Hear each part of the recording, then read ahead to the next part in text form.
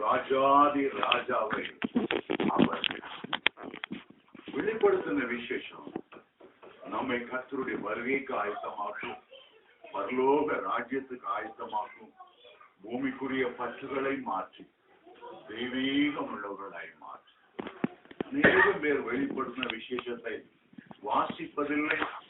ஏனென்று கேட்டால் புரிந்து கொள்ள முடியவில்லை என்று சிலர் சொல்லக்கூடும். சிலர் அதுல வர தோற்றங்கள்லாம் பெரிய பெரிய மிருகங்கள், 7 முத்திரை உடைக்கப்படுதல், 7 எக்கால கலசம் ஊற்றப்படுதல், பயங்கரமான மிருகங்கள், பயமா இருக்கிறது. எந்த இதை வாசிப்போம், வெளிப்படுத்தின விசேஷத்தை வாசிக்க மாட்டோம் என்று நிறைய கிறிஸ்தவர்கள் அதை ஒதுக்கி வைத்திருக்கிறார். ஆனால் வெளிப்படுத்தின விசேஷம் முழுவதும் நம்முடைய எதிர்காலத்தை நிர்ணயிக்கக்கூடியதாக இருக்கிறது. பல்வேறு வாசஸ்தலங்களை நமக்கு சொல்லுகிறதாக இருக்கிறது. அந்த துதிமனையும் மயமான ஒளிமயமான தேசம் எப்படிப்பட்டது, நம்முடைய பெயர்கள் அங்கேதான் எழுதி வைக்கப்பட்டிருக்கிறது. நம்முடைய ரட்சிகர் அங்கேதான் நமக்காய் போயிருக்கிறார். அவர் நமக்காக பிதாவுடைய வலது பார்சத்துல அறிந்து பேசுகிறார். இந்த உலக வாழ்க்கை முடித்த பிறகு ஜீவ கிரீடம், மகிமை கிரீடம், வாடாத கிரீடம், துணியோ கிரீடங்களை வைத்திருக்கிறார். நேர்த்தியான இடத்துல நமக்கு சுதந்திரம், அருமையான பங்கு நமக்கு பரலோகத்தில் ஆண்டவர் வைத்திருக்கிறார். அவ்வளவற்றையும் நாம் அங்கே பார்க்கிறோம். அருமையான தேவனுடைய பிள்ளைகளே, இயேசு உயிரோடு எழும்பி பரலோகத்துக்கு போய் ஏறக்குறைய 60 ஆண்டுகளுக்கு பிறகு ஆண்டவர் தம்முடைய பிரியமான ஒரு சீஷனாகிய யோவான் இந்த பரலோக ரகசியங்களை எல்லாம் வெளிப்படுத்த சித்தம். 11 சீஷர்கள் எப்படி மரித்தார்கள் கருத்தரம் இருக்கிறது.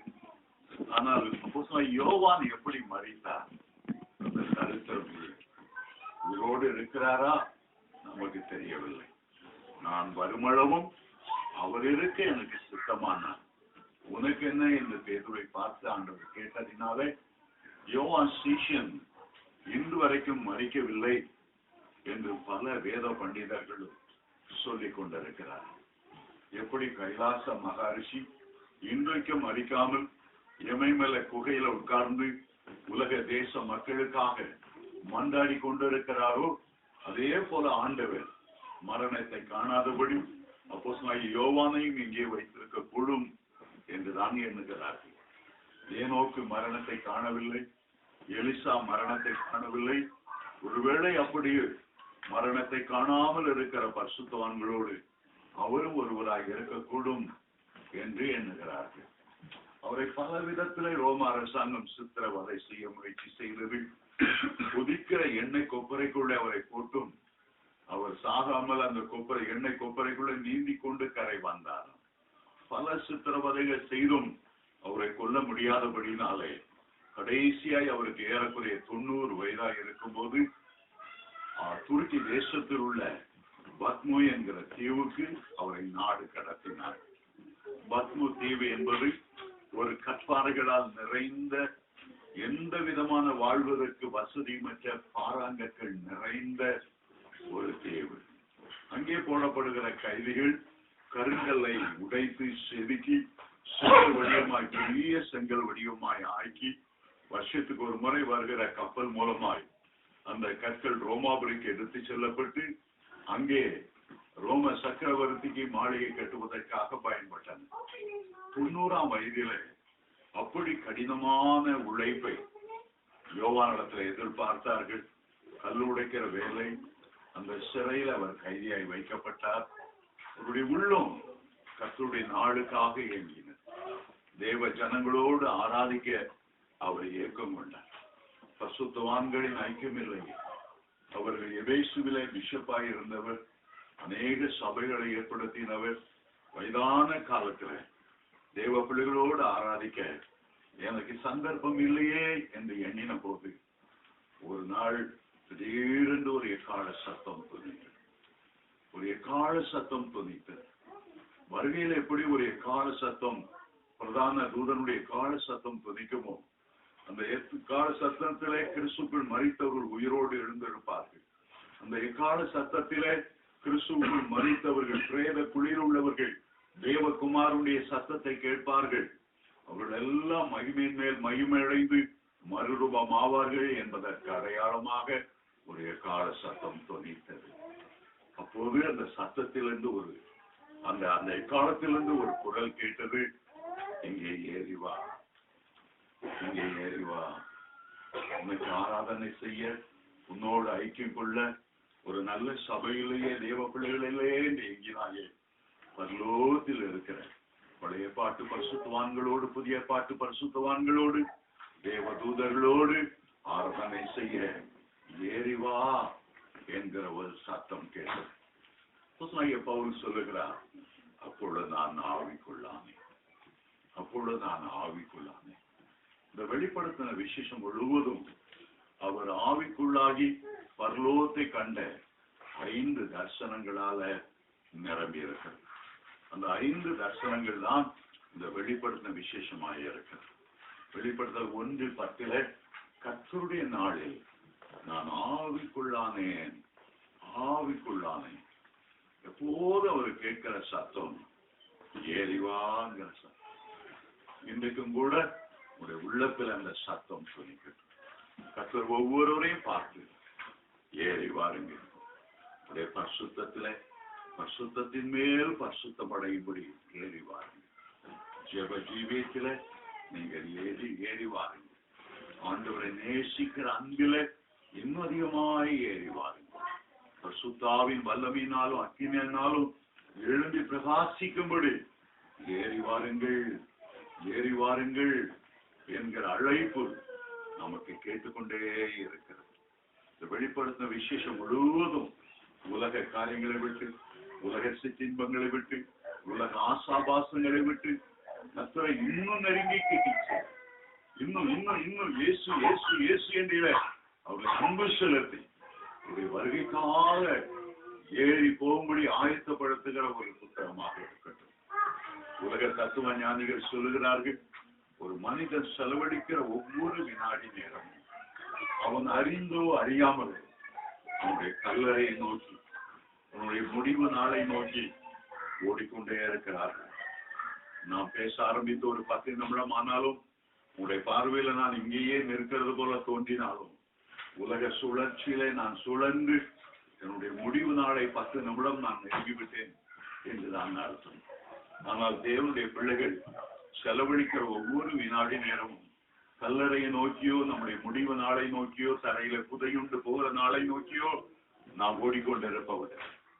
ஒவ்வொரு நிமிடமும் கர்த்தருடைய வருகைக்காக ஏறுகிறவர்களாக, இன்னும் ஏறுகிறவர்களாக, இன்னும் ஏறுகிறவர்களாக, நாம் ஒவ்வொரு நிமிடமும் மகிமையின் மேல் மகிமை அடைகிறவர்களாக, ஏறுகிறவர்களாகத்தான் காணப்படும். தவிர ஒரு நாளும் அவைக்குரிய ஜீவியத்தில இறங்குகிறவர்களாய் காணப்படக்கூடாது. ஞாயிற்றுக்கிழமை 7 அடி ஏறி 5 நாளும் 5 அடி இறங்குறவர்களாகவும், கன்வென்ஷன் கூட்டம் நடத்தும் கொஞ்சம் ஏறுறவங்களாகவும், பிறகு இறங்குறவர்களாகவும், ஏறிக்கொண்டு இறங்கி கொண்டு இருக்கிறவர்களா இருக்கக்கூடாது. ஏறிக்கொண்டே இருக்கிற அனுபவம். கடந்த மாதம் கிறிஸ்துவோடு உள்ள ஐக்கியத்தை பார்க்கணும். அடுத்த மாதம் பிறந்து விட்டால் கர்த்தருடைய வருகை நெருங்கி விட்டோம். இன்னும் கொஞ்சம் ஆண்டவரோடு ஏறி செல்லுகிறவர்களாய் காணப்படும். அருமையான தேவனுடைய பிள்ளைகளை ஏறுவது எப்படி என்பதற்காக யாக்கோபுக்கு ஒரு நாள் ஆண்டவர் ஒரு ஏணியை காண்கிறார். இரவில் அவர் சோப்பானிலே படுத்திருந்த போது ஒரு ஏணியை கண்டார். அந்த ஏணி ஒரு அற்புதமான ஏணி. 3ஆம் மாடி 4ஆம் மாடி வரை எட்டுகிற ஏணி அல்ல. ஒரு நொடி பூமியில இருந்து மறுபூமி மறுமுனை லோகத்தில் ஏணியை பார்க்கிறார். ஒரு நொடி பூமியில இருக்கிறது, அடுத்த நொடி எவ்வளோ வரையில எட்டி இருக்கிறது. அந்த ஏணியினுடைய ஆழம் என்ன, அதன் அர்த்தம் என்ன அவருக்கு தெரியவில்லை. தேவனுடைய பிள்ளைகளே, இயேசுவே அந்த ஏணியாக இருக்கிறார். ஒரு நுனி பூமியில இருந்தது போல அவர் மனுஷகுமாரன் என்பதை வெளிப்படுத்தினார்.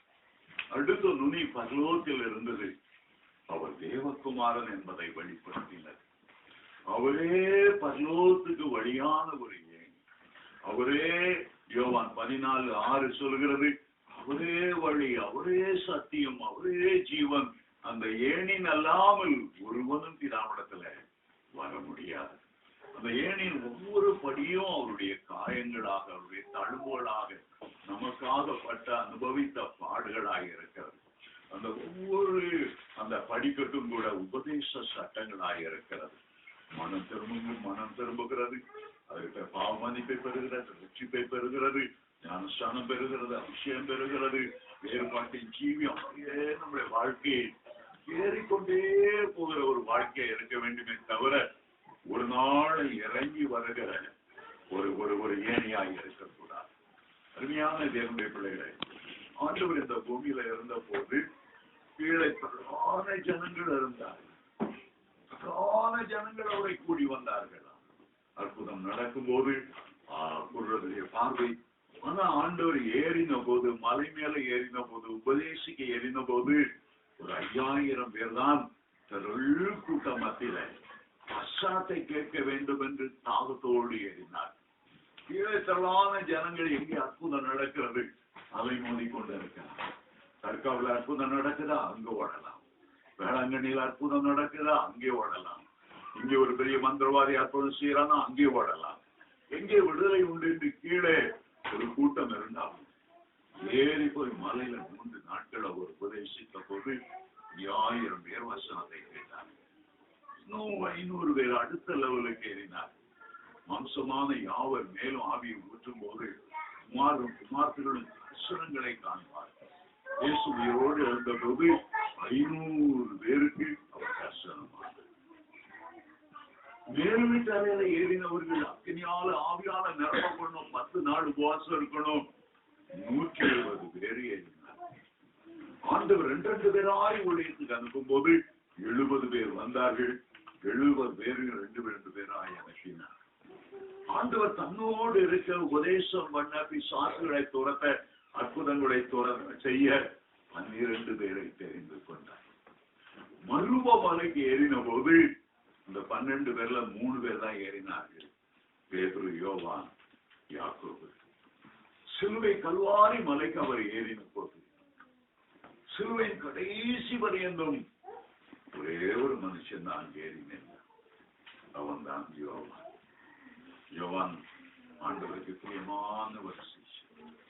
தன்னுடைய தாயை யாரை நம்பி ஒப்புவிப்பது? அந்த யோவானை நம்பி ஒப்புவித்தார். அந்த யோவானுக்கு தான் இந்த வெளிப்படுத்தின விசேஷத்தை ஆண்டவர் சொன்னார். இந்த யோவான் தேவனுக்கு அன்பான, தேவனை நேசிக்கிற ஒரு சிஷ்யன். நம்முடைய நாட்களில் கடைசி ஒரு எழுப்புதல் வரப்போகுது. அது ஆண்டவரை நேசிக்கிற ஒரு எழுப்புதலாகும். The revival of intimacy with Jesus Christ. வசன எழுப்புதல் வந்தது, விசுவாச அறிக்கை எழுப்புதல் வந்தது, ஹீலிங் எழுப்புதல்கள் வந்தது. தேசத்துல இந்தியாவில பார்த்தா முழு இரவு ஜபங்கள் ஒரு சீசன். அப்படி எங்க பார்த்தாலும் ஒரு பக்கம் பேரின்ப பெருவிழா சீசன்கள் வந்தது, உபவாச ஜபங்கள் வந்தது, பல எழுப்புதல் வந்தாலும் கடைசி காலத்துல ஆண்டவரோடு ஒரு ஐக்கியம், ஒரு இன்டிமசி, இந்த உன்னத பாட்டில ஆண்டவரை ஒரு மனவாளனாய் கண்டு ஆத்மநேசரோடு இருக்கணும். இடைபடாதபடி சபையில அன்பு கூறுகிற மனவாட்டின் மேல அன்பு கூறுகிற மனவாளனோடு அவரை நேசிக்கணும், நேசிக்கணும், நேசிக்கணும், நேசிக்கணும். அந்த ஒரு எழுப்புதல் தான் கடைசி எழுப்புதலா இருக்கும். ஆண்டவரை நேசிக்கிறதை போல ஒரு இனிமையான காரியம் ஒன்றும் இல்லை. அவருடைய அன்பான சீஷனை தான் ஏறிவா என்று அழைத்தார். அதுபோல தன்னுடைய மனவாட்டி அழைக்கும் போது, என் பிரியமே என் ரூபவதியை எழுந்து வா. ஒரு பக்கம் ஏறிவா, மறுபக்கம் எழுந்து வா. ஆண்டவரே, உன்னத பாட்டு 2ஆம் அதிகாரம் 10ஆம் வசனத்தை வாசிக்கிறோம், 13ஆம் வசனத்தை வாசிக்கிறோம். பல அடையாளங்களை சொல்லுகிறார். அத்தி மரம் பூ பூத்தது, திராட்சை செடி வாசனை பரிமளக்கிறது, காட்டு புஷ்பங்கள் எங்கும் காணப்படுகிறது, குருவிகள் பாடுகிற காலங்கள் வந்தது. கடைசி காலத்துல எப்படி ஒரு பாடுகிற எழுப்பு, சங்கீதங்களை ஏற்றி பாடுகிற ஜனங்களை கர்த்தர் எழுப்பி ஆண்டவரை நேசித்து ஆராதனை செய்யணும். முன்னாலெல்லாம் ஏதோ ஒரு பாமால ஏதோ ஒரு கீர்த்தனை பாட்டு எழுதுறவங்க யாருமே இல்லை. ஒரு 40 வருஷத்துக்கு முன்னால சாரோல் நவரஜி எழுப்புனாங்க. ஆண்டவர் நிறைய பாட்டு அவர் நடராஜ முதல்ல எழுப்பினார். ஜஸ்டின் பிரபாகரனை எழுப்பினார். ஆனா இப்ப பார்த்தா ஒவ்வொரு மாதமும் ஏறக்குறைய 300 பாட்டு CD வெளியே வருகிறது. ஒவ்வொரு மாதம் பாருங்க, ஒவ்வொரு நாளும் நிறைய பாடல்களை ஆண்டவர் எழுதிட்டார். நிறைய பாடல்களை ஆண்டவர் எழுதிட்டார். காட்டு புறாக்களின் சத்தம் தேசம் எங்கும் கேட்கப்படுகிறது. அத்தி மரம் காய் காத்து. அத்தி மரம் என்பது இஸ்ரவேலரினுடைய ஒரு அரசியல் வாழ்க்கை குறித்து. அந்த அத்தி மரத்தின் வேறு அருகே கோடாரி வைக்கப்பட்டிருந்தது. நல்ல கனி கூடாத மரம் அந்த வெட்டப்பட்டு போனது. அந்த நியாய தீர்ப்பாகிய கோடாரி அந்த மரத்தில் வெட்டி கிபி 70ஆம் ஆண்டு அந்த அரசியல் வாழ்க்கைக்கு ஒரு முடிவுண்டாக்கினர். அழுகிற அத்தி மரம் மொட்டையாவே நின்று கொண்டிருந்தது. அத்தி மரம் துளிர் விடுகிற ஒரு காலம் வரும். வருகையின் அடையாளத்தை பற்றி ஆண்டவர் சொல்லும் போது மத்திய 24ஆம் அதிகாரத்துல அந்த அத்தி மரம் துளிர் விடுகிறதை பற்றி ஆண்டவர் பேசினார். இன்றைக்கு 1948ஆம் வருஷம் மே மாதம் 14ஆம் தேதி அதுவரை மொட்டையாய், அதுவரை தங்களுடைய தேசத்துக்கு வர முடியாத இஸ்ரவேலர்கள் 48ஆம் வருஷம் அவர் அந்த அத்தி மரம் துளிர் விட்டு இஸ்ரவேலர்லாம் தங்களுடைய தேசத்துல வந்து கூடினார். அது வருகையின் அடையாளத்துக்கு ஒரு அடையாளம். அப்படி வரும்போது அத்தி மரம் துளிர் விடும்போது வசந்த காலம் சமீபமாக இருக்கிற அந்த அறியுங்கள். அப்பொழுது கிறிஸ்து வாசற்படியில வந்து நிற்கிறார். இங்கே உன்னத பாட்டுல வாசிக்கிறோம், அத்தி மரம் துளிர் விட்டது மட்டுமல்ல, அத்தி மரம் காய் காய்க்க ஆரம்பித்து விட்டது. அத்தி மரம் காய் காய்க்க ஆரம்பித்து விட்டது. இஸ்ரவேலர் ஒரு அடையாளமாக இருக்கிறார். அருமையான தேவனுடைய பிள்ளைகளே, கர்த்தருடைய வருகைக்கு முன்பாக இஸ்ரவேலர் தங்களுடைய தேசங்களில வந்து கூடுவது மட்டுமல்ல, அவர்கள் பலன் அடைவார். அந்த அத்தி மரத்துக்கு விரோதமாய் எவ்வளவோ காரியங்கள் நடந்தது. எகிப்தின் அதிபதி நாசர் அந்த அத்தி மர குளிரை நாங்கள் வேரோடு பிடுங்குவோம் என்று சொன்னார்கள். ஆனால் ஒன்று நடக்குது. சதாம் ஹுசைன் தன்னுடைய ஏவுகணைகளை எல்லாம் இஸ்ரவேலுக்கு நேராக அனுப்பி பார்த்தார். அவனால் ஒன்றும் செய்ய முடியவில்லை. அதுக்கு பிறகு ஈரான் தேசம் அணுகுண்டு நாங்கள் செய்த முதல் அணுகுண்டு நாங்கள் தான் போடுவோம் என்று சொன்னேன். அவர்களால் ஒன்றும் செய்ய முடியவில்லை. இதுவரைக்கும் அமெரிக்கா தேசத்தின் அத்தனை பிரசிடென்ட்களும் இஸ்ரவேலுக்கு உதவியா இருந்தார். ஆனால் இன்றைக்கு இருக்கிற பிரசிடென்ட் அதை சப்போர்ட் பண்ண வெளியரங்கமாக ஒரு நாடினாலும் உள்ள இஸ்ரவேலரை சப்போர்ட் பண்ணவில்லை. இஸ்ரவேலர் புதிய ஜனாதிபதியை தேர்ந்தெடுத்த போது எல்லா தேச தலைவர்களும் வாழ்த்தினாலும் அமெரிக்க தேச ஜனாதிபதி வாழ்த்தவில்லை. மறைமுகமாக இஸ்ரவேலுக்கு விரோதமாகவே செயல்பட்டுக் கொண்டிருக்கிறார். அது இதற்கு அடையாளம். அந்த கிறிஸ்துவை இஸ்ரவேலரும் கூட ஏமாந்து, ஏண்டா அமெரிக்காவுடைய சப்போர்ட் இல்லாதனால அந்த கிறிஸ்து எழுப்பி வரும்போது ஐரோப்பா யூனியன் கைகோர்த்து நின்று வெலசாலையிலிருந்து எழும்பும் போது இஸ்ரவேல் அதோடு சமாதானம் செய்து கொள்வதற்கு அது ஏதுவாயிருக்கு. இன்றைக்கு கர்த்தருடைய வருகை குறித்த எல்லா அடையாளங்களும் நிறைவேறிவிட்டது. வலகி பெருகி ஜனம் உலகமெல்லாம் நிரப்பி 700 கோடி மக்களுக்கு மேல் வந்துவிட்டார். அறிவு பெருகினது. கடைசி காலங்களை மனிதர் ஓடி ஓடி அறிவை அடைவார்கள். தானியல் 12:3 கடைசி காலத்துல அறிவு பெருகி, விஞ்ஞான அறிவு, கம்ப்யூட்டர் அறிவு, சந்திர மண்டலத்துக்கு போகிற அறிவு முன்னா உள்ள யுத்தம் போல இன்னும் நடக்க போவதில்லை. இன்னும் யுத்தங்கள்லாம் சோல் ஜெட்டாலையும் அவன் ஜனங்களாலும் செய்யப்படுகிறதில்லை.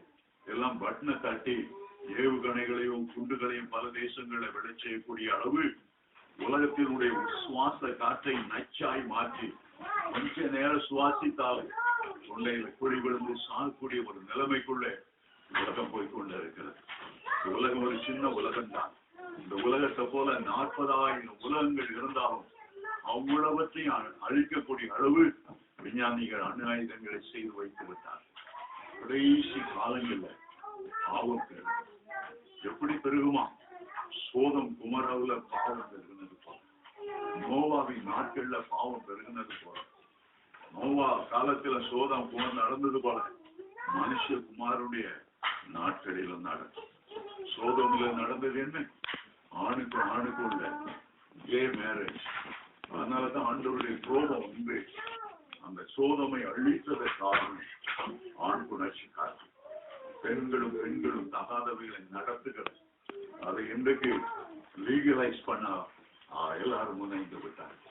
அது தப்பல்ல, அது தவறு, அது பாவம் அல்ல, சுத்தமான பாவம். சோதம் குமாராவின் பாவம், அது சாத்தான் போது.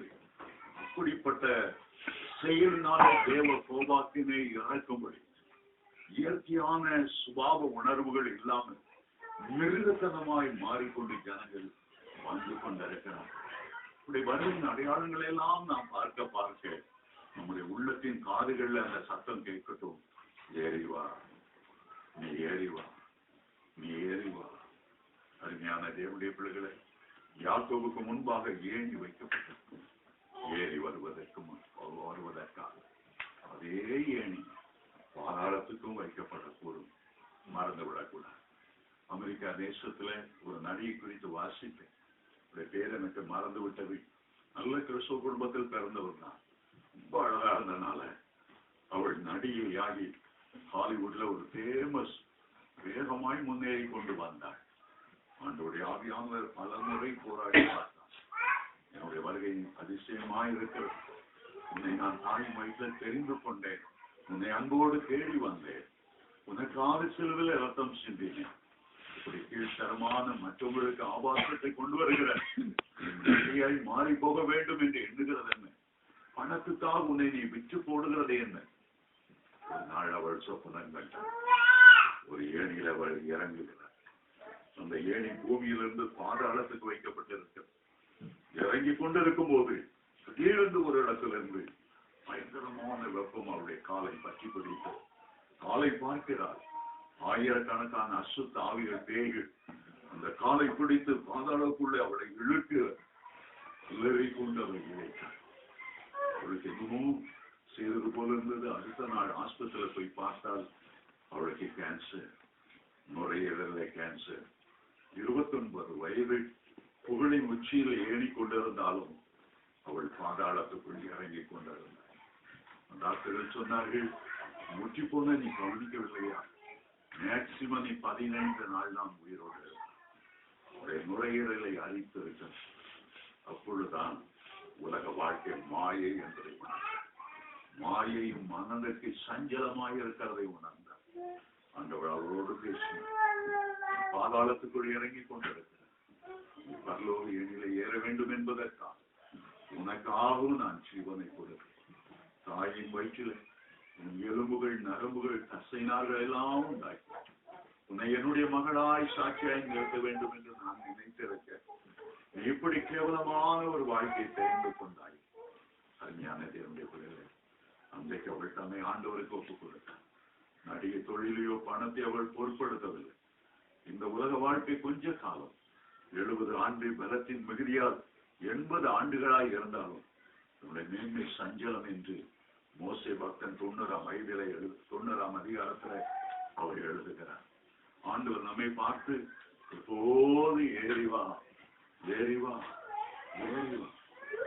எலியா தன்னை அக்கினி ஜுவாலையாய் மாற்றிக்கொண்டு, எலியா கர்த்தருக்காக பக்தி வைராக்கியமான அக்கினியாய் நின்றது. எலியா கர்த்தரே தேவன் என்று நிரூபிக்கும்படி எதிர் நின்ற 450 பாதாள் தீர்க்கதரிசிகளை சவால் விட்டது. எலியா ஜெபித்த போது வானம் திறந்தது. அக்கினி தப தப தப என்று பலிபடத்தின் மேல் இறங்கினது. எலியா முன்னால நின்று எல்லா முழங்கால்களும் கர்த்தருக்கு முன்பாக முடங்கினது.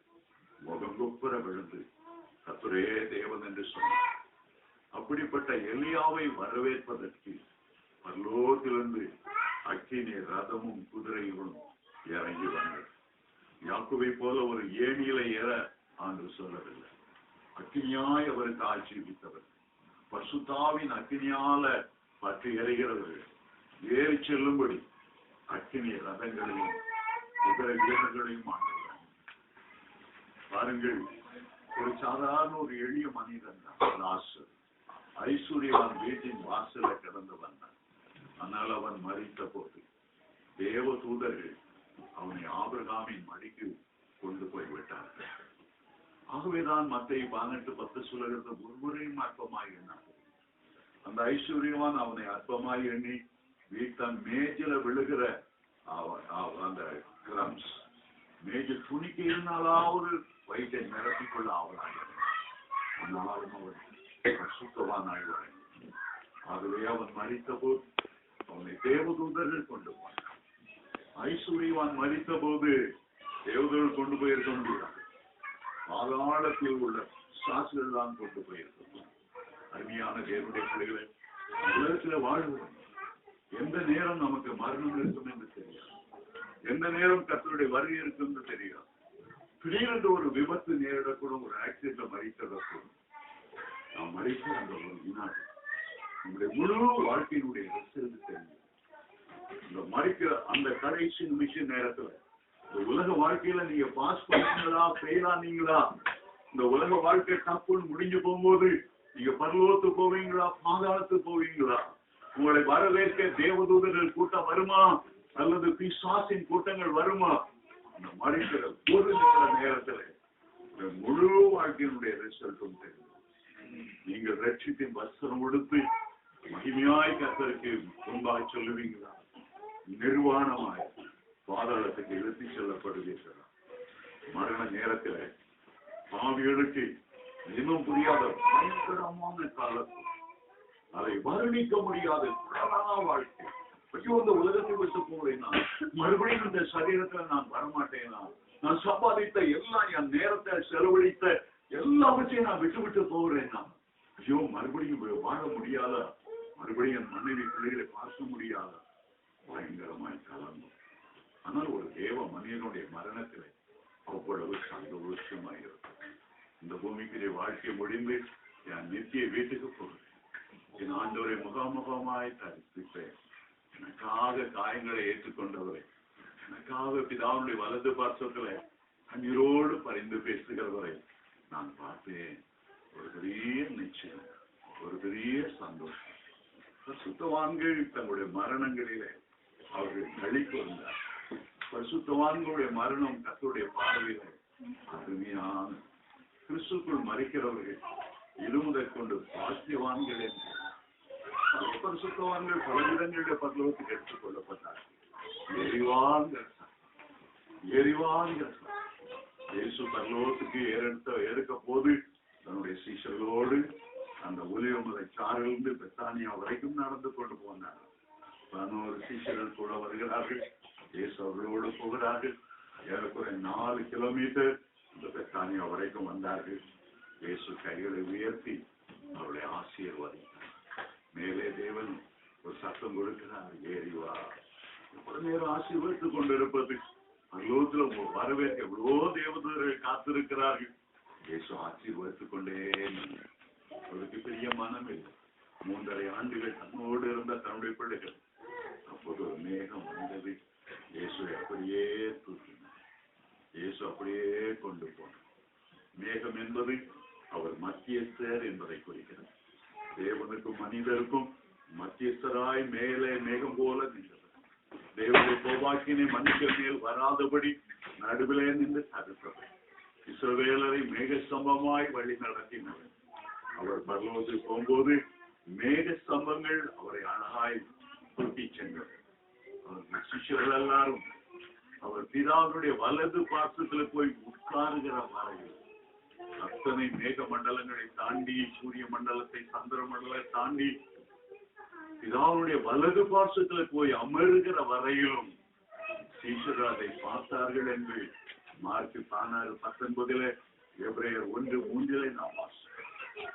அந்த ஆண்டவர் தான் இன்னைக்கு நம்மை பார்த்து சொல்லுகிறார், ஏறிவாதே ஏறிவாதே பூமியோடு உன்னுடைய ஆத்மா கொண்டே கிடக்கிறது.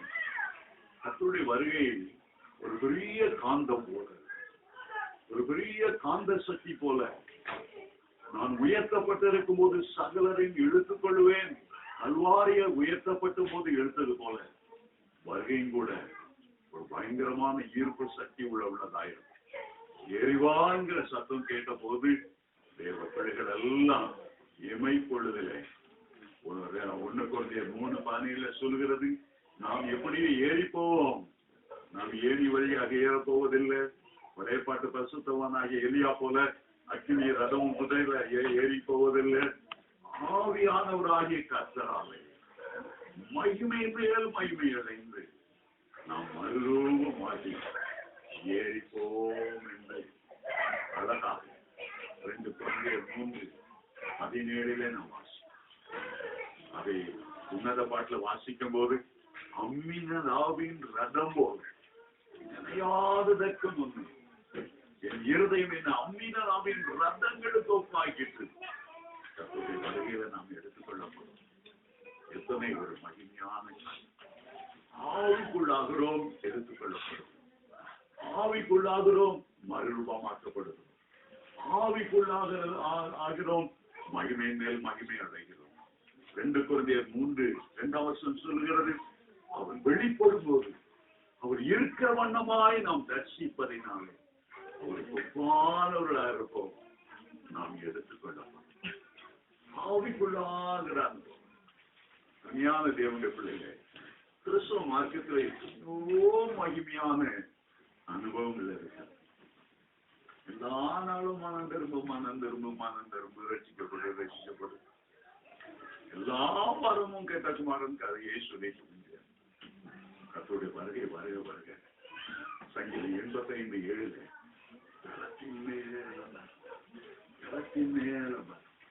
பலத்தின் மேல யோவான் 1:14 ஒரு பரிபூரணத்தினால கிருபை மேல வெளிப்படுத்தல் 22:11 பரிசுத்தத்தின் மேல பரிசுத்தம் உள்ளவன் இன்னும் பரிசுத்தம் ஒரு வருகையில ஏறுகிறவர்களாய் நாம் காணும். தனியான தேவனுடைய பிள்ளைகளை கர்த்தருடைய வருகையில இமைப்பொழுதிலே நாம் ஆவிக்குள்ளாம் இடத்துல ஆவிக்குள்ளாகிற பல அனுபவங்களை நாம் வாசித்திருக்கிறேன். எலியாவை கர்த்தர் ஆவிக்குள்ளாக்கி எங்கேயாவது பருவதம் ஒன்றியாவது குன்றின் மேல ஒன்றாவது வைத்து விடுவார் என்று அவரோடு உடன் ஒரு உபதேசம் சொல்லுங்க. எசேக்கியேல் 37 முதல் வசனம் சொல்லுவது, கர்த்தருடைய கரம் என் மேல் அமர்ந்து அவர் என்னை ஆவிக்குள்ளாக்கினார். அவர் ஆவிக்குள்ளாக்கி உலர்ந்த எலும்புகள் நிறைந்த பள்ளத்தாக்கு கொண்டு போனார். ஆவிக்குள்ளாக்குறாங்க. அப்போஸ்தலர் 8 அன்றைய நாட்டை மந்திரிக்கு ஞானஸ்நானம் கொடுத்து முடித்த உடனே பிலிப்புவை கர்த்தர் ஆவிக்குள்ளாக்கி தூக்கி கொண்டு போய்விட்டார். 2 Corinthians 12 3 4 அப்போஸ்தலனாகிய பவுல் சொல்கிறார், கிறிஸ்துவுக்குள்ளாக ஒரு மனுஷனை அறிவேன். 14 வருஷத்துக்கு முன்பாக கர்த்தர் அவரை ஆவிக்குள்ளாக்கி கடைசி வரைக்கும் 3ஆம் வானம் வரைக்கும் அழைத்துக் கொண்டு போனார். ஆவிக்குள்ளாகிறான். எனக்கு இந்த ஆவிக்குரிய அனுபவத்தை தெரியாது. நான் வீட்டில் வாசித்திருக்கேன். ஒரு முறை நான் இலங்கை தேசத்துல ஊழியம் செய்ய போயிருந்தேன்.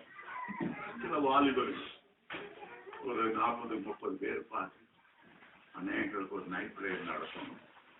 எங்க பிரேயர்கால் ஒரு பெரிய பிரேயர்கால், நீங்க வந்து நடத்துவீங்களா?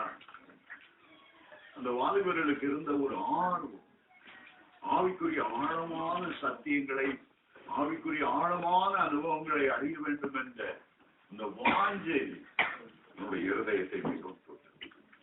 ஆகவே இந்த 40 பேரும் ஒரு 10 மணிக்கு கூடி வந்து முதல்ல நான் சொன்னேன், உங்களை ஆசீர்வதிக்கிறேன்.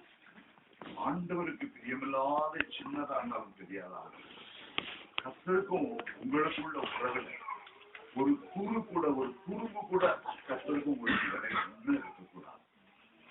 பாவங்கள் எல்லாம் ஒரு பாவங்களையாய் சொல்லி அவனுடைய ரத்தம் சுத்தா அவங்க மேல விடட்டும். உடைய உள்ளத்தை, உடைய உள்ளான மனுஷனை, உடைய கண்களை, உடைய சிந்தைகளை அவருடைய ரத்தம் கழுவட்டும்.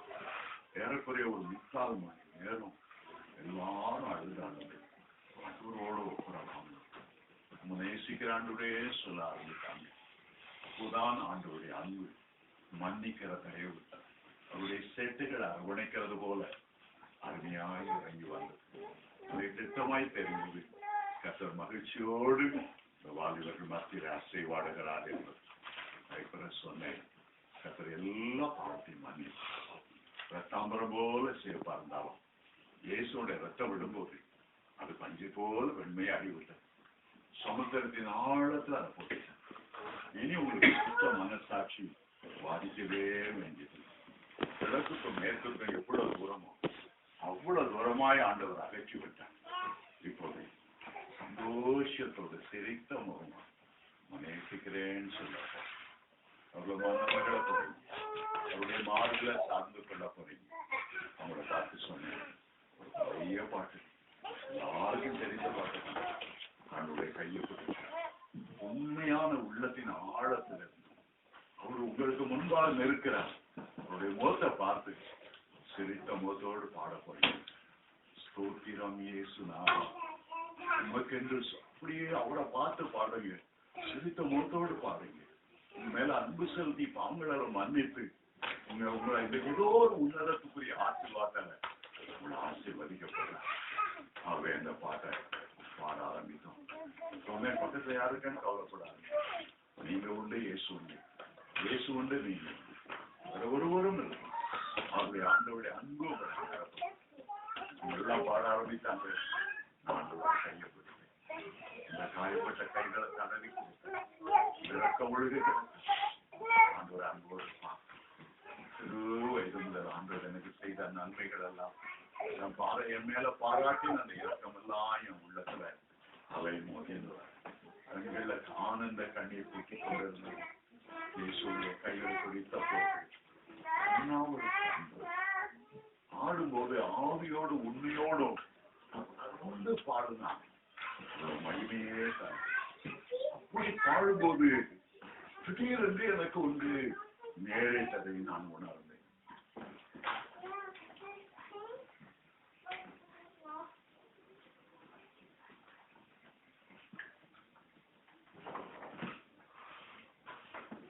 என்னுடைய சரீரத்தின் எடை குறைய ஆரம்பித்தது. 90 கிலோ இருந்தது. பார்த்தா ரொம்ப லைட்டா 80 கிலோ போல இருந்தது. இன்னும் அதை பாட பாட 70 ஆனது, 60 ஆனது, 40 ஆனது, 30 ஆனது, 0 வந்ததுதான். எப்படி ஒரு இறகு ஒரு பஞ்சு காட்டுல அப்படியே எழுப்பி பறக்கும். இல்லாமல் போனபடினால சர்வந்து என்னுடைய உள்ளம் என் சரீரத்தை பார்த்து அது கீழே தான் கிடக்கு. ஆனா நான் ஆண்டவருடைய கையை பிடித்து அவருடைய மார்பில் அப்படியே சார்ந்து கொண்டது போது ஒருவரு எவ்வளோ இடத்துக்கு ஆண்டவருண்டு, நான் உண்டு. சூரிய மண்டலத்துக்கு மேலாய் சந்திர மண்டலத்துக்கு மேலாய் அன்பினால நிரம்பி போகிறது போல இருந்து எபேசியர் 2:7 வாசிக்கிறோம். அவரோடு கூட உன்னதங்களிலே எழுப்பி உன்னதங்களிலே அவரோடு கூட உலாவு செய்தார். உன்னதங்களில் அவரோடு உட்காரும்படி செய்தார். எபேசியர் 1:3 4 உன்னதத்துக்குரிய சகல ஆசீர்வாதங்களால் ஆசீர்வதித்திருக்கிறார். சங்கீதம் 91 உன்னதமானவரின் மறைவில் இருக்கிறவன் சர்வ வல்லவருடைய நிலையை தங்குவான். என்ன ஒரு மகிழ்ச்சி, என்ன ஒரு சந்தோஷம். உண்மையிலே வழிகளை எடுத்துக் கொள்ளப்படும் போது அந்த எக்கால சத்தம் துணிக்கும் போது 1 தெசலோனிக்கர் 4:16 சொல்லுகிறார், கர்த்ததாமே ஆரவாரத்தோடும் பிரதான தூதனுடைய சத்தத்தோடும் தேவதூதன் எக்காலத்தோடு வருவான். அப்பொழுது 2 காரியம் நடக்கும். கிறிஸ்துக்குள் மரித்தவர்கள் முதலாவது எழுந்திருப்பார். பின்பு இதோடு இருக்கும் நாமும் அவருக்கு எதிர்கொண்டு போக மேல் மேல் அவரோடு கூட எடுத்துக் கொள்ளப்பட்டு நாம் அவரோடு கூட இருக்கிறோம். என்ன மகிமையான ஒரு, எத்தனை மகிமையான ஒரு மேஜை இருக்கிறது. வைத்துக் கொள்ளுங்க. நிறைய இரும்பு தூள், ஆணி, குண்டூசி எல்லாம் போட்டு வைத்திருக்கிறது. ஒரு காந்தத்தை கொண்டு வந்தால் எல்லா அந்த இரும்பு தூள்களும் அந்த குண்டூசிகளும் ஆணிகளும் சர்வ அந்த காந்தத்தின் வல்லமையால் எடுத்துக் கொள்ளப்பட்டு மேலே போய் அந்த காந்தத்தை போட்டுக்கொள்ளும். கிறிஸ்துவும் கூட ஒரு பெரிய காந்த சக்தி உள்ளவர்.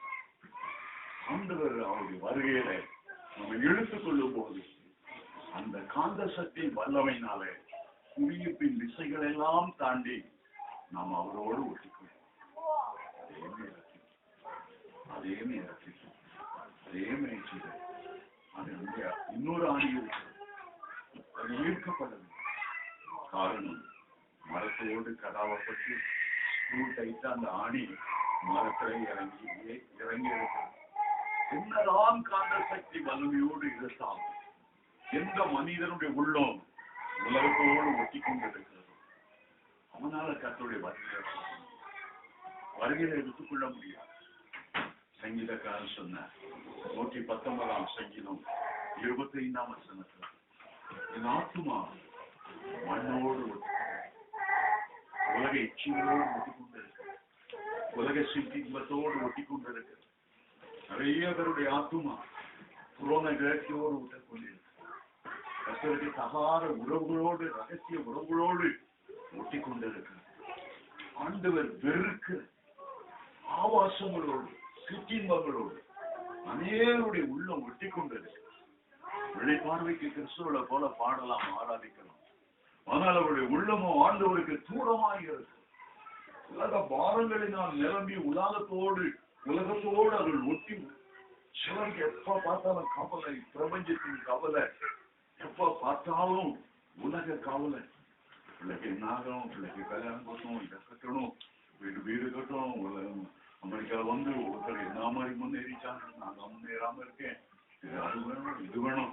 உலகத்தோடு, மண்ணோடு, உலக காரியங்களோடு, பிரபஞ்சத்தினுடைய இச்சைகளோடு அநேருடைய உள்ளம் ஒட்டி கிடக்கிறதுனால என்னதான் எக்காலும் மகா சத்தமாய் குறித்தாலும், என்னதான் பரலோ தேவன் ஏறி வா என்று அழைத்தாலும் நம்ம உலகத்தோடு பாரமா இருக்கிறோம். உலகத்து பாரங்கள்லாம் சுமந்துட்டு, குடும்ப பாரம், பிள்ளைகளை பற்றிய பாரம், நோயை பற்றிய பாரம், எதிர்காலத்தை பற்றிய பாரம், பிள்ளைகளை பற்றிய பாரம், புருஷனை பற்றிய பல பாரங்கள். சங்கீதக்காரர் சொல்லுகிறார், நீ ஏமா பாரத்தை சுமந்துட்டு இருக்கா, நீ ஏன் பாரத்தை சுமந்துட்டு இருக்கிறா? சங்கீதம் 55:22 சொல்றார், கர்த்தர் மேல உன் பாரத்தை வைத்து விடு, இந்த பாரம் உன்னை பாதாளத்துக்கு இருக்கக்கூடாது. நீ லைட்டா இருந்தாதான் கர்த்தருடைய வருகையில போக முடியும். நீ பாரம் சுமந்துட்டு இருந்தா எங்க, நீ கழுத்துல ஒரு பாரங்களை போட்டுக்கொண்டு பாரம் சுமந்துட்டு இருந்தா என்ன பாரம்? குடும்ப பாரம், விஷயம் பாரம், அந்த பாரம், இந்த பாரம். கர்த்தருடைய வருகைக்கு ஆயத்தமா என்ன பாரத்தையும் கர்த்தர் மேல வைத்தா கர்த்தர் பார்த்துக்குவார். உன் தலையில தான் ஊழியம் ஓடுது, உன் தலையில தான் குடும்பம் ஓடுது என்ன கூட கர்த்தருடைய ஊழியம் கர்த்தர் பார்த்துக்கணும். நான் தான் ஏதோ போல உழைக்கணும்னு அர்த்தம் இல்லை. ஜான்ஜோதர்லன்னா என்ன ஒரு ஊழியக்காரர் ஆண்டவர் தேர்ந்தெடுப்பார் அவருக்கு. ஆகவே எப்போதுமே ஒரு லைட்டான உள்ள, இன்னைக்கு ராத்திரி கர்த்தருடைய வருகை இருக்குமா, நான் கர்த்தருடைய வருகையில நான் காணும். ஒவ்வொரு இரவும் படுக்க போகும்போது இந்த ஒருவேளை இந்த இரவு உடைய கால சத்தம் துடித்து நம்முடைய வருகையில காணப்படும். உன்னத பாட்டு 6:2 நான் நித்திரை பண்ணினேன், என்னுடைய இருதயமோ விழிக்கிறது, என் நேச கர்த்தருடைய சத்தத்தை வா, என் ரூபவரையே எழுதி வா, என் மகளே ஏறி வா. கர்த்தருடைய வருகை சமீபமாய் கர்த்தருடைய வருகையில காணப்படணும். கர்த்தருடைய வருகையில நீ காணப்படணும். ஒரு காலம் அந்தி கிறிஸ்து ஆட்சியில கைவிடப்பட்டு பரிதாமாய் அந்த சிக்குண்டு வேதனைப்படுகிற 7 வருஷ உபத்திரவ காலத்துல உன்னுடைய 666 முத்திரை தரிக்கிற அந்த வேதனையில நீ கலந்து கொள்ளக்கூடாது. பகலிலோ இரவிலோ எந்த நேரத்திலோ நம்முடைய ஆண்டவராக இயேசு ஏறிவாங்கிற சத்தம் கேட்டு நான் நித்திரை பண்ணினேன், என்னுடைய இருதயமோ விழித்திருந்தேன், என் ஆண்டவர் சத்தத்தை அப்படிப்பட்ட அனுபவத்தை நமக்கு தருவாராம். இந்த உலகத்துல வாழ்வதற்கு ஒரே ஒரு வாய்ப்பு நமக்கு தந்தது. உலகத்துல வாழ்வதற்கு ஒரு வாய்ப்பு, இந்த வாய்ப்பை நல்ல முறையில பயன்படுத்தணும். இந்த ஒரு வாய்ப்புல ஆண்டவரை நேசி போது ஆண்டவரோட இருக்கணும். நம்ம இருதய துடிப்பெல்லாம் அப்படிப்பட்ட நாட்கள் நெருங்கி வருகிறது. அப்போ ஐயோவா ஏறிவான்னு சொன்ன மறு நிமிடம் ஆவிக்குள்ளான தேவனுடைய சிங்காசனத்துக்கு முன்பாக ஏறி வருவது ஆவியானவரை கர்த்தர் நமக்குள்ளே தந்தது. ஆவியானவர் தான் நம்மை மறுரூபமாக்குகிறவர். எப்போது அந்நிய பாஷையில பேசுங்க, ஒரு 15 நிமிஷத்துக்கு ஒரு காவாவது அப்படி வேற வாசிங்க, அல்லது ஒரு பண்ணுங்க, ஒரு பாட்டை பாடுங்க, அந்நிய பாஷையில பேசுங்க. கர்த்தரோடு உள்ள அந்த பிரசன்னத்துல எப்போதும் காத்து. வேலைக்கு போனாலும் பக்கத்தோடு சேர போடுங்க. ஆண்டவர் பக்கத்துல இருக்கிறது போல ஒரு 10 நிமிஷமாவது அவரோடு பேசுங்க. இரவுல தூங்கும் போது எவ்வளவு நேரம் அந்நிய பாஷையில பேசி தூங்க முடியுமோ அந்த இரவுல நேரம் வரைக்கும் நம்முடைய வருகை இருக்கணும். வருகையில காணப்படுறது கர்த்தருக்கு ஒப்புவீங்க. கர்த்தருடைய ஆசீர்வாதம்.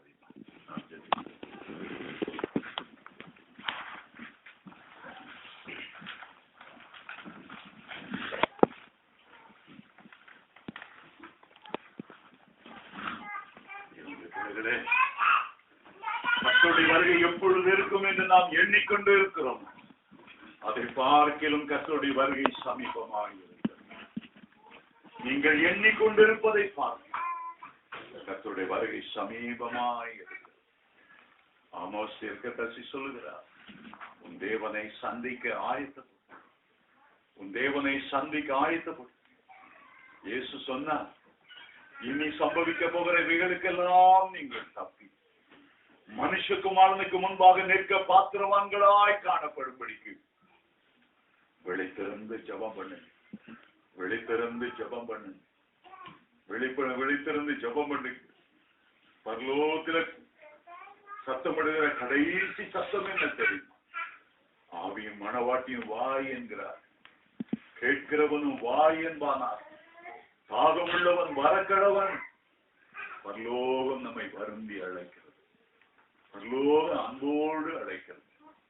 தேவனுடைய பிள்ளைகளை, இந்த கிருபை காலத்தை பயன்படுத்திக் கொள்ளுங்கள். இது பின்மாறி நாட்கள், பரிசுத்தாவின் அபிஷேகம் பின்மாறி போல ஊற்றுகிற ஒரு நாட்கள். ஒவ்வொரு நிமிடமும் ஒரு பெரிய கிருபை ஆண்டவர் நமக்கு கொடுத்த கிருபை. பரிசுத்தம் உள்ளவன் இன்னும் பரிசுத்தமாக, நீதி உள்ளவன் இன்னும் நீதி செய்யட்டும். நான் சீக்கிரமாய் வருகிறேன். நெஞ்சிலே கை வைத்து உண்மையாய் எண்ணி பாருங்கள். இந்த இரவு கர்த்தருடைய வருகை இருக்கும் என்றால் நீங்க வருகையில காணப்படுவீங்களா? மகிமை மேல் மகிமை அடைவீங்களா? மறுபமாக்கப்படுவீங்களா? அல்லது பரிதாபமாய் கைவிடப்படுவீங்களா? உடைய மனசாட்சி என்ன சொல்லுகிறது? இன்னும் நீ உலக சிற்றின்பங்களிலே இருக்கிறாயே, இன்னும் நீ பாவத்திலே இருக்கிறாயே, இன்னும் உனக்குள்ளே கசப்புகளை வைராக்கியத்தை வைத்துக் கொண்டிருக்கிறாயே, இன்னும் உன்னுடைய குடும்பத்திலே நீ மன்னியாமல் ஒப்புரவாகாமல் எத்தனை பேர் உனக்கு விரோதமாய் நிற்கிறார்கள். எத்தனை பேரை நீ பகைத்துக் கொண்டிருக்கிறார், கசப்புகளை வைத்துக் கொண்டிருக்கிறார். மாமியாரோடு கசப்பு, சொந்த தம்பியோடு தங்கையோடு கசப்பு. இப்படி கர்த்தருடைய வருகையில நீ எடுத்துக் கொள்ளப்பட முடியும். கிருபை நாட்கள்ல உன்னை நீ பரிசுத்தப்படுத்திக் கொள். இயேசுவின் ரத்தத்தால கழுவப்பட்டு விடு. யாரிடத்துல ஒப்புரவாக வேண்டுமோ ஓடி ஓடி போய் ஒப்புரவாகி விடு. கடிதத்துல ஏதாவது கடிதம் மூலமா போன் மூலமா சாரியும் கேளு. ஏன்னா கர்த்தருடைய வருகையில கைவிடப்பட்டால் அதை போல பரிதாபமானது ஒன்றுமே, அதை போல பரிதாபமானது ஒன்றுமே. அந்தி கிறிஸ்துவின் ஆட்சியில சிக்குவதை பார்க்கலாம். பிறவாமல் இருந்த ஒரு மனுஷனுக்கு நலமாய் இருக்கும். உலகம் தோன்றினது முதல் இதுவரை இல்லாத மகா பயங்கர உபத்திரம் அந்த நாட்கள்ல உண்டாகும். முத்திரையை தரிப்பாயோ, தாங்க முடியாத சித்திரவதை அனுபவிப்பாய். கர்த்தருடைய கோபாக்கினை கலசங்கள் பூமியில ஊற்றப்படும் போது உங்களுடைய நிலைமை என்ன ஆகும்? இது கிருபை காலங்கள், வாசல்கள் அடைக்கப்படுகிற காலங்கள். நோவா 120 வருடம் அந்த கதவை திறந்து ஜனங்களுக்காக எதிர்பார்த்து கொண்டிருந்தார். ஒருவரும் வரவில்லை. ஒரு சின்ன கொப்பேறு மரம் உள்ளே இருந்தவர்களுக்கு பாதுகாப்பு அளித்தது, வெளியில இருந்தவர்களுக்கு மரணம், வேதனையான மரணம். ஒரு சின்ன கல்வாரி மரம் இயேசுவை வரும்போது பாதுகாப்பு, வெளியில மரணம், வேதனை. கிறிஸ்துக்குள் இருக்கிறீர்களா? 2000 ஆண்டுகளாக ஆண்டவர் இந்த பேழையை, ரட்சிப்பின் பேழை திறந்து வைத்து உங்களுக்காக காத்து கொண்டு இருக்கிறார். யோசித்து பாருங்கள், பேழைக்குள்ள இருக்கிறீங்களா அல்ல வெளியே இருக்கீங்களா? எருசலேமை பார்த்து இயேசு கண்ணீர் விட்டு அழுது சொன்னார், உனக்கு கிடைத்த இந்த நாளில் ஆகிலும், உனக்கு கிடைத்த இந்த நாளில் ஆகிலும் உன்னுடைய சமாதானத்துக்கு ஏற்றவைகளை அறிந்திருந்தாயானால் நலமாய் இருக்கும். இப்பொழுதோ உன் கண்களுக்கு அது மறைவாய் இருக்கிறது. உன்னை சந்திக்கும் காலத்தை நீ அறியாமல் போனாயே. தேம்பி அழுத இயேசு உங்களுக்காக கண்ணீர் விட்டு அழுவாரா? மகிழ்ச்சியோடு உங்களை அரவணைத்து என் மகனே மகளே முத்தமிடுவார். எண்ணிப்பார். கர்த்தருக்கு ஒப்பு கொடுக்க இந்த இரவு எத்தனை அருமையான ஒரு இரவு. இயேசுவே, என்னுடைய உள்ளத்துல வாரும், என் பாவத்தை மன்னி உங்களுடைய பிள்ளையாய் ஏற்றுக்கொள்ளும். உங்களுடைய மகிமையான வருகைக்கு நான் ஆயத்தப்படும். நீங்க 100க்கு 100 ஆண்டவருக்கு ஒப்பு கொடுத்தா ஆண்டவர் 100க்கு 100 உங்களை ஏற்று ஆசீர்வதிப்பார். முதலாவது தேவனுடைய ராஜ்யத்தையும் அதை நீதித்து உலக ஆசீர்வாதங்களை கூட கொடுத்தார். நம்முடைய சொந்த குமாரன் என்றும் பாராமல் நம்மையே உங்களுக்காக தந்தருளினவர். அவரோடு கூட மற்ற எல்லாவற்றையும் அருளாக இருப்பது எப்படி? ரோமர் 8:34 ஆண்டவர் கேட்கிறார். அருமையான தேவனுடைய பிள்ளைகளே, உங்களுடைய சரீரத்துக்கு சுகம் தேவைப்படும், குடும்பத்துக்கு ஆரோக்கியம் தேவைப்படும், வீட்டுல சமாதானமும் சந்தோஷமும் உங்களுக்கு தேவைப்படும். வீட்டுல தேவ பிரசன்னம் தேவ மகிமை இறங்கி வரணும்னா முதலாவது ஆண்டவரை தேவை. எந்த நேரம் இயேசுவானவர் படகின் மேல் ஏறினாரோ கடலும் காற்றும் கப்சித்தென்று அடங்கினது போல சமாதான பிறகு உங்களை வீட்டுல கால் வைத்ததும் இன்றைக்கு இருக்கிற குழப்பங்கள், பிரச்சனைகள், பிரிவினைகள், கசப்புகள் எல்லாம் மாறி போகும். உடைய வீடெல்லாம் தேவனுடைய மகிமையால் நிரப்பப்படும். உடைய வீட்டுல தேவ தூதர்கள் இறங்கி விழாவார். உடைய அப்பத்தையும் தண்ணீரை ஆண்டவர் ஆசீர்வதிப்பார். உடைய வியாதியெல்லாம் உங்களை விட்டு நீக்குவார். உடைய பிள்ளைகள் எல்லாம் கர்த்தரால் போதிக்கப்பட்டிருப்பார். உன் பிள்ளைகள் உன் பந்தியை சுற்றிலும் ஒளிமர கன்றுகள் போல விளங்குவார்கள்.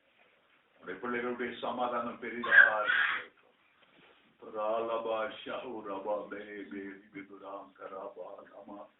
சிலுவை சுமந்தவர் உடைய அருகில் இருக்கிறார். சிலுவை சுமந்தவர் உடைய அருகில் இருக்கிறார். உடைய அந்தரங்கங்களை அறிந்தவர் உடைய அருகில் இருக்கிறார்.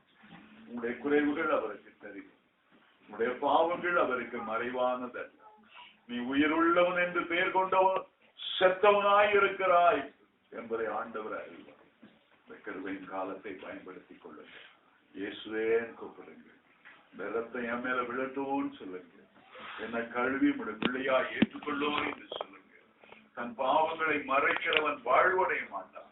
அவர்களை அறிக்கை செய்து விட்டு விடுகிறவனோ இரக்கம் பெறுவான், இரக்கம் பெறுவான், இரக்கம் பெறுவான். நாம் நம்முடைய பாவங்களை அறிக்கையிட்டார் எல்லா பாவங்களையும் நமக்கு மன்னித்து எல்லா அநியாயத்தை நீக்கி நம்மை சுத்திகரிக்க அவர் உண்மையுள்ளவராகவே இருக்கிறார். அவருடைய குமாரனாகிய இயேசு கிறிஸ்துவின் இரத்தம் சகல பாவங்களை நீக்கி நம்மை சுத்திகரிக்கும். ஹல்லேலூயா, ஹல்லேலூயா. கர்த்தருடைய இரத்தம் இந்த இரவெல்லாம் உங்க மேல விழட்டும். பரிசுத்தம் உள்ளவன் இன்னும் பரிசுத்தமாக. ஓ மக்களை இறங்கி இறங்கி இறங்கி இறங்கி உலாவினவர் குளிர்ச்சியான துணி வேளையில் என்னுடைய மத்தியில் நீர் இறங்கி உலாவ வேண்டும் என்று சொல்லிக்கிறேன். மலையில நீர் இறங்கி வந்தபோது பெரிய இடி முழக்கங்கள் மின்னல்கள் உண்டாகவில்லையா? எங்களுடைய மத்தியில் அந்த அபிஷேகம் அப்படி இறங்கி வைப்பது இன்னும் பரிசுத்தப்படுத்தும். இன்னுடைய ஆவியினால் நிரப்ப மாட்டார்கள். யார் யார் குறைபட்டு போனார்களோ, குறைபட்டு போனார்களோ, இயேசுவின் நாமத்தில் இந்த இரவு அவர்களை சந்திக்க வேண்டும் என்று சொல்லிக்கிறேன். வல்லமை வெளியரங்கமாக வேண்டும் என்று சொல்லிக்கிறேன். இன்னும் எழுந்தி இன்னும் ஒளியும் செய்யப்படும். அபிஷேகம் பெருக வேண்டும் என்று சொல்லிக்கிறேன். அவருடைய அக்கினி பெருக வேண்டும் என்று சொல்லிக்கிறேன். ஆவியின் வரங்கள் பொழிந்தருளப்பட வேண்டும் என்று சொல்லிக்கிறேன். உடைய கைகளோடு உடைய கைகள் இணைந்து சோமளிக்கிற வல்லமை உண்டாவதாக. உடைய கைகளை கொண்டு அற்புதங்களை செய்வீராக. அவருடைய கைகளை கொண்டு மறைந்தோரை எழுப்புவீராக. சபையில ஆவியின் வரங்கள் கிரிய செய்யணும். சபையில ஆவியின் வரங்கள் கிரிய செய்யணும். ஒவ்வொரு மேலும் ஆவியின் வரங்கள் கிரிய செய்யக்கூடிய ஒரு விண்ணப்பத்தின் ஆவியின் ஊட்டப்பட வேண்டும் என்று அற்புதங்களை அடையாளங்களை செய்ய இயேசுவின் மூலம்